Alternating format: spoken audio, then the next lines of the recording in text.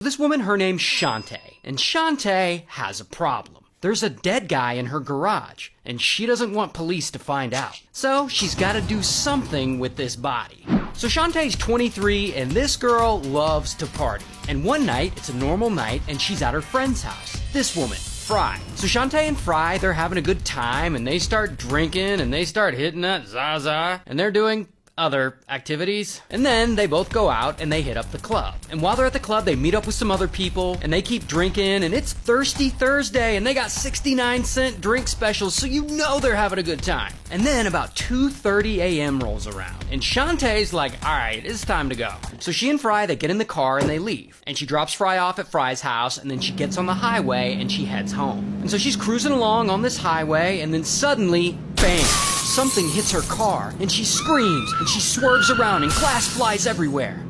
Alright, let me stop you right there. Before we get to this part, we gotta talk about this other guy, Biggs. Now, Biggs is a regular working man, he's a bricklayer, and he's in a relationship with this woman, his girlfriend. And unfortunately, girlfriend is having some financial problems. So Biggs lends her whatever money he has on more than one occasion. And because of this, he starts to fall behind on his truck payments. So then his truck gets repossessed. Once his truck gets repossessed, he can't lay bricks anymore because his whole business revolves around him being able to use his truck. So he can't make any more money. And then he falls behind on all his bills, and Biggs ends up getting kicked out of his house. And soon enough, he finds himself homeless. So for the next 2 years, he's bouncing around from the streets to homeless shelters and back to the streets. And he does find some work along the way, but nothing that gets him totally back on his feet yet. And then one night, it's late out, and he's walking around town. Not sure where he's going so late, but he's going somewhere. And he goes to cross a section of the highway, and then suddenly, out of nowhere, kaboom! Biggs is struck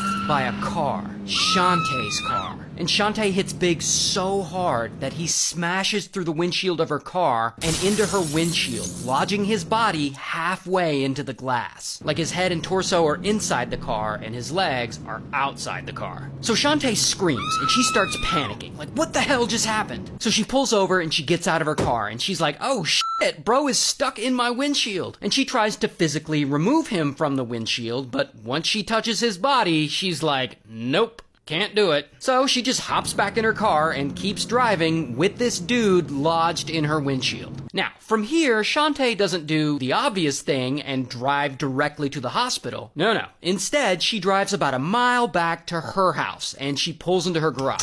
So there she is. She's parked in her garage and she's crying because, you know, who wouldn't be? And that is when she hears a moan. And it's coming from Biggs. He's seriously injured, but he's still alive. So she starts apologizing to him like, I'm so sorry, it was an accident. And after apologizing to him like 1,000 times, she then just leaves him there and goes inside the house. Later, as the night goes on, she comes back outside to check on him periodically. And each time she does, she doesn't like touch him or anything. She just apologizes to him over and over again for hitting him with her car. Now, here's the interesting thing. Shantae isn't your average Jane who runs the register at TJ Maxx. Shantae works as a CNA, a certified nursing assistant. So she knows what to do. She has the skills and training to render aid to this man. She just chooses not to. Instead, she calls Fry, crying, panicking, telling her to come over. So Fry comes over immediately and she's like, girl, what are you tripping about? And that's when Shantae tells her what happened. And she takes her to the garage and shows her the man stuck halfway into her windshield. And Fry just freaks the fuck out and she just leaves. And of course Shantae leaves with her and they both sleep at Fry's house, leaving Biggs back in Shantae's garage. The next morning, Shantae borrows Fry's car and she meets up with another friend, this guy, Cleet. Because Cleet just got out of prison and Shantae thinks he might actually know how to help her. So Shantae takes Cleet to her house and she shows him the car in her garage. And by this point, sadly,